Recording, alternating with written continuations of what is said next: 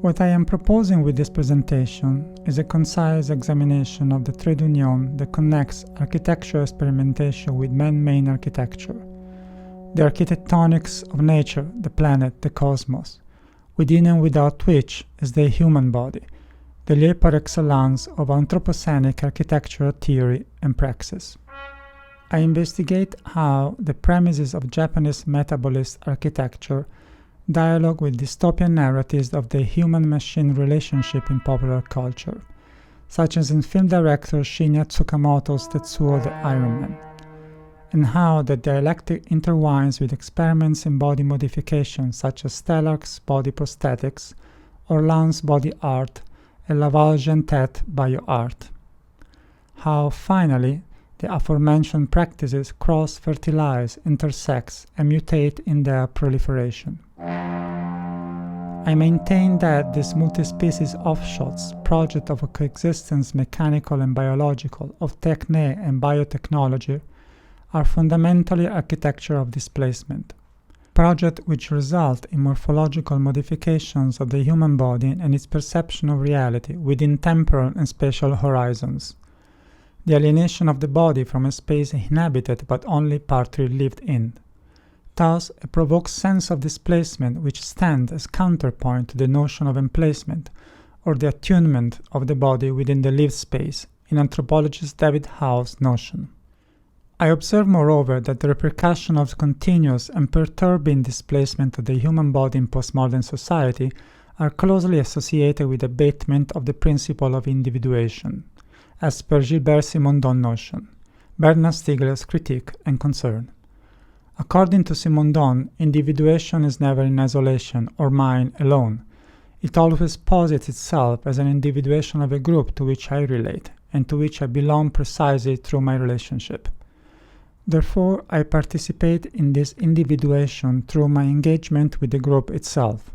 This modality of individuation has waned as technical and digital objects have come into being and proliferated in the postmodern era.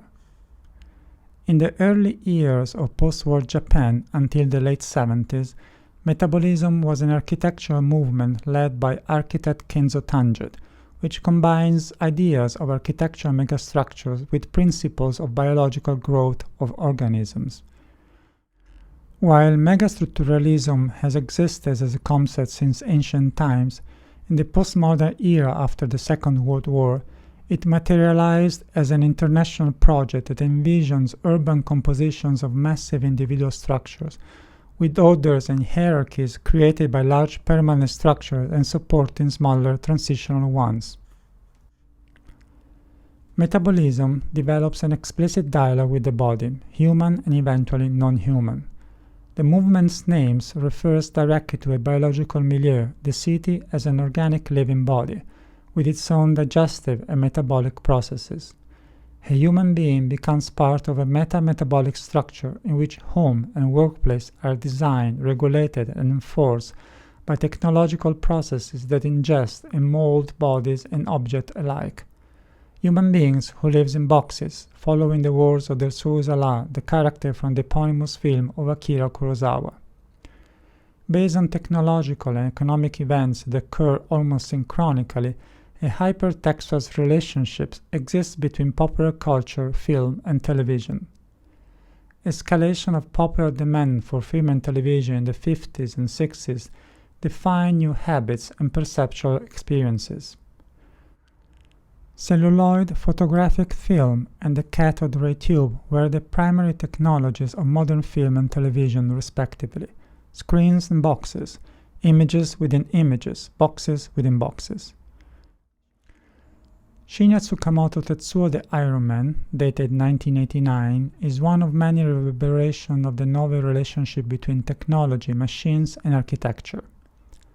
The film depicts the apocalyptic tale of two antagonist individuals who are slowly mutating into metal parts, iron and steel that swallows their body limb by limb. In the final confrontation and the merging of the two characters, their transformation into an anamorphous metal mass, the protagonist metamorphose and metabolize the whole planet Earth into a conglomeration of metal.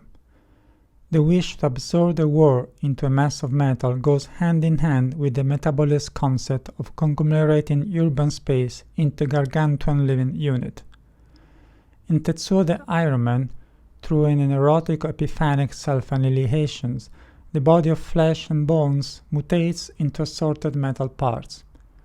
In the architectural megastructures and metabolist project, the body is assimilated from without. Habits are modeled, induced, murmured. They enter the flesh without the body noticing. Here to be observed that this architectural project, with their ambitions of grandeur and modularity, are merely the distant echoes of actual contemporary city designs present to us in our surroundings. Shopping malls, public buildings, subways, and transportation systems, schools, university hospitals shape the space and thus the somatic habits of our everyday life. Human beings are living in boxes, defined by the very limited space in which they are contained.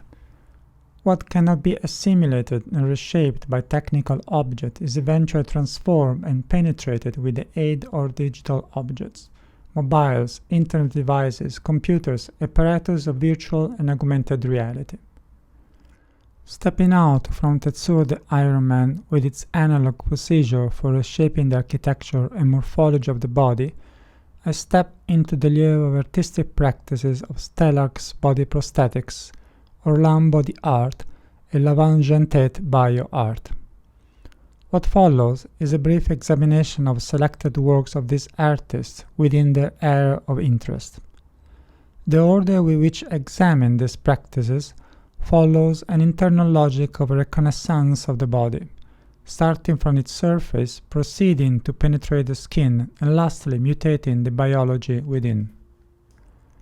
Stellark's early work is mostly prosthetic, defining ephemeral accessories to the body, elongations, protuberances, magnifications made of metal parts, and exoskeletons of technological mechanisms maneuvered by the human body, by Stellark himself.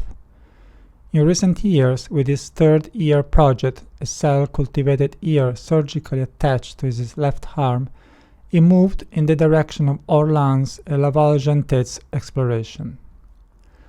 Orlan enters in relation to the human body, reshaping its morphology. Her modifications are permanent, unlike Stellark's robotic prosthetics. During the 90s, with their work La Réincarnation de Saint Orlan, the artist inserts objects under the skin to redefine the design of the body and its external appearance. The artist's modifications and hybridizations of the surface of the skin questions the human body, the notion of aesthetics, the perception of self. Laval-Jantet, lastly, acts by modifying the givens of human biology.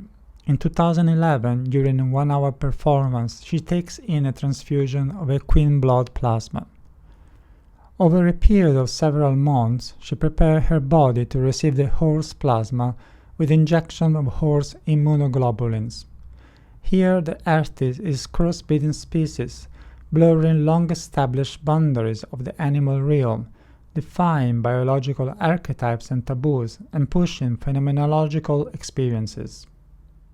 By establishing a dialogue between these artists, I trace a direct connection and relationship to the method of the human body as the place of anthropocenic architecture experimentation. Here, the many layers of body architectonics, kinetic, aesthetic, biologic, cellular, intertwine with the other layers of the architecture of space. In a game of magnification and reciprocity, these architectural practices feed on each other across time and space. Stellark investigation with prosthetic exoskeletons is a reverberation of Da Vinci humanoids and flying machines. Orlan's morphological alteration of the skin communicates with Yoruba tribal marks and West African scarification practices. Laval-Jantet's emetic exchange seems to allude to a never-ending proliferation of hybridizations. The mythological centaur, werewolf, sphinx, and the Nure Onna, the biological liger, mule, zonkey, and the kunga, only a few of the many existing and envisaged genetic encounters between species. The structures of the metabolist architects are buildings that contain buildings. The experiments of Stelarc, Orlans, and Laval-Jeantet create bodies within bodies. Tetsuo the Iron Man envisioned metal bodies within metal bodies. Cyclical reiterations and repetitions are characteristics of these exchanges. The repetition of biological processes that assert and determine a species as such. The repetition of physical gestures of everyday life that engenders habits. The repetition of spatial architectural configurations that shape the behavior of the body. The repetitions of social and cultural refrains prompted by media, social circles, working environments that mold our thinking habits. Spatiotemporal cues given by meta-architectonics operating within and without the body and across species. In conclusion, it must be noticed that a slithering anthropocentrism always lurks at the gates. Multispecies architectural concerns, observation, and speculation are phenomena that can hardly be scrutinized and experienced except through the lens of a human perspective and perceptions. It appears that a gap between what can be observed and what can be experienced is always present, regardless. No matter to what degree my body is covered in metal gears, mutated by prosthetics, consumed by animal blood, encased in buildings that direct my behavior, I'm not iron, I'm not a prosthetic, I'm not a horse or a conglomerate of concrete, steel, and glass. My perception is limited to my body, which is human no matter how it's regimented architecturally from without. Regardless of how far I shift my perspective beyond my home body or how deeply I attempt to modify its morphology, the body is the limit of my world. I can, however, explore this gap as much as I like, this interstice or intermezzo that separates me from other species, their architectonics, their perception. This has been attempted. This has been theorized and spoken of, as I'm doing right now in this presentation, but the gap remains between what is human and what is not.